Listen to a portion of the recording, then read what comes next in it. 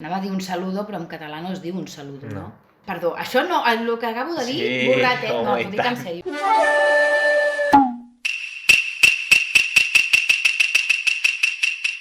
Yokoso! Nosaltres som a Aventura per Japó. Avui, degut a les circumstàncies i prèviament havent-ho preguntat per Instagram, hem decidit fer un vídeo de recomanacions per passar d'una manera una mica més amena aquests dies en els que estem tancats a casa. Moltíssimes gràcies per haver participat i esperem que us agradin les nostres recomanacions. El primer del que ens volem centrar és amb les plataformes actuals de streaming que hi ha. Evidentment, tots coneixereu Netflix, tots coneixereu Amazon Prime Video i potser no tots coneixeu Crunchyroll, però és una aplicació com un Netflix basada específicament en anime japonès. La primera plataforma de la que us volem parlar és Netflix i a mi, personalment, una de les sèries que més m'ha agradat d'allà és Nanatsu no Taizai, o més ben dit, els 7 pecats capitals.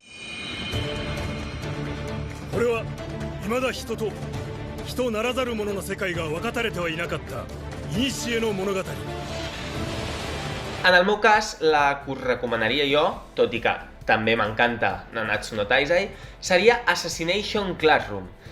No us guieu pel nom perquè sí, va d'assassinar però d'una manera molt curiosa i divertida. Així que si voleu riure una estona i de pas veure una gran sèrie, perquè realment està molt bé, és la que us recomanaria jo de la plataforma Netflix.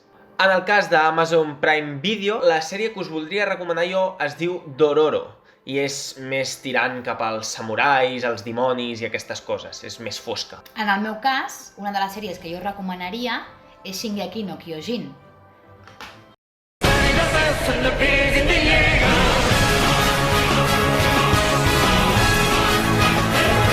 Precisament és la que porto. I precisament també és molt fosca.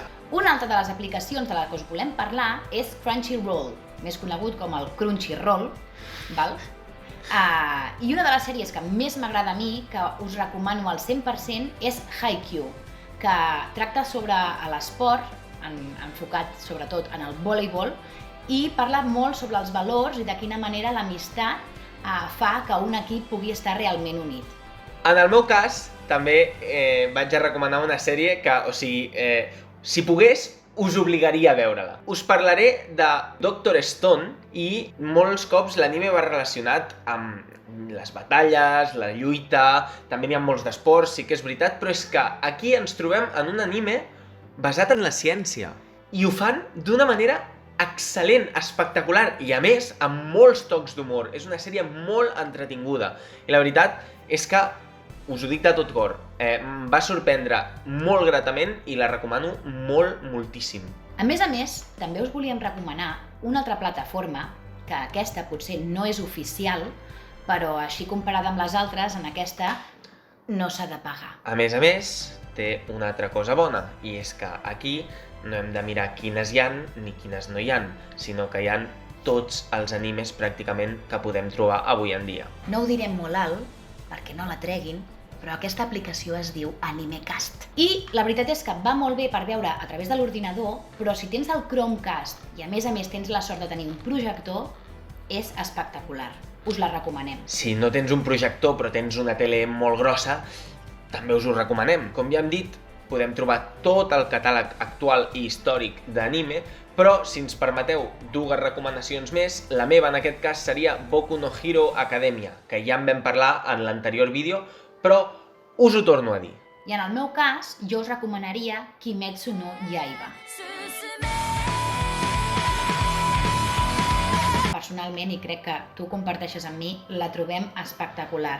Per tot, pel dibuix, pels gràfics, per la música, per la història, pel fil conductor, amb quina delicadesa han tractat tots els detalls, us la recomanem 100%. Si sou més fans de llegir que de mirar, us voldria parlar també d'una aplicació 100% oficial de la Shonen Jump. Pels qui no ho sapigueu, la Shonen Jump és la revista més famosa i més mítica de manga de tot el Japó. És totalment gratuïta i podeu trobar des de reedicions dels clàssics com Bola de Drac fins a les més noves de la Shonen Jump. D'algunes altres, que tot i que ja tinguin més rodatge, encara estan en publicació, us deixen llegir els 3 primers capítols i així podeu saber una mica si us agraden o si no. Per anar acabant, volíem fer un repàs bastant ràpid d'alguns canals de YouTube, la majoria relacionats amb Japó, però també un en concret que té contingut en català que a nosaltres ens agrada molt i ens fa riure, que crec que és lo important en aquests casos, que són els Criticutres. És un canal dedicat únicament a crítiques de cine, tot i que també fan trailers a la seva manera, i ho fan molt bé. Ens agraden molt les pel·lis i som molt amics.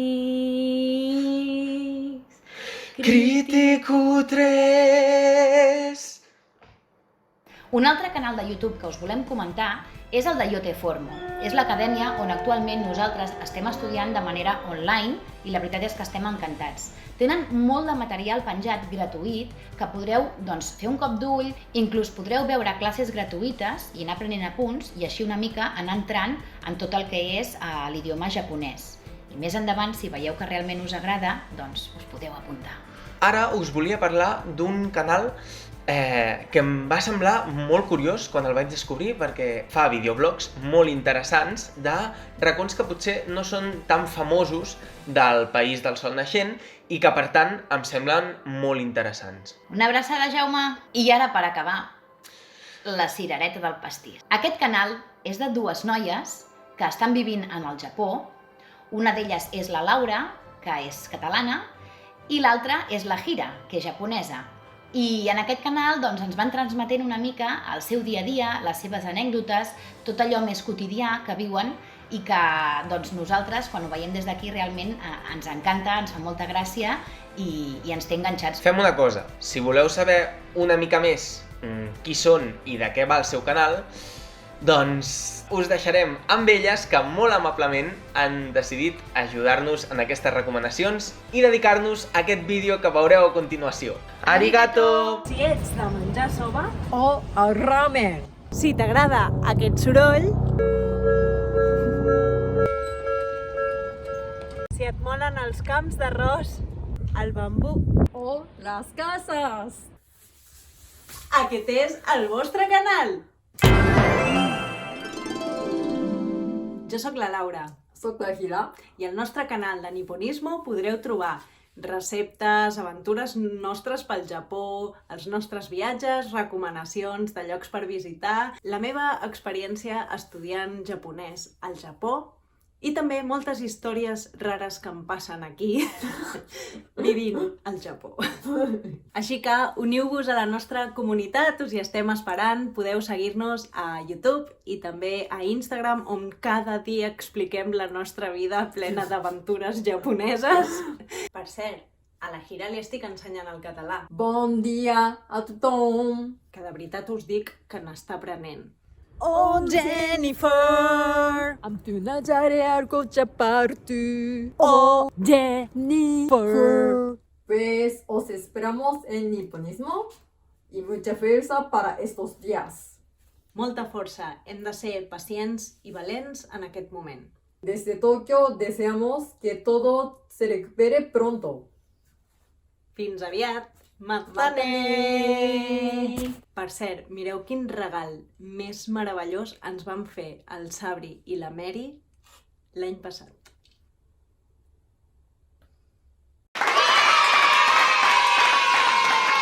Una última cosa, a partir de ja podreu trobar també al nostre Instagram recomanacions diàries sobre videojocs, animes, mangas i potser també alguna aplicació que veiem curiosa. Des d'aquí us animem a tots a quedar-vos a casa durant aquests dies. Sabem que és pesat, però és el millor que podem fer per ajudar i desitgem que aquestes recomanacions us serveixin per passar el dia a dia. Estarem encantats de que als comentaris ens recomaneu sèries, pel·lícules, aplicacions, videojocs, demos, tot el que hem parlat una mica, o inclús canals de YouTube també, dedicats al Japó o al que creieu que ens pot interessar i ens pot distreure. Moltíssimes gràcies i ens veiem al proper vídeo de Aventura per Japó!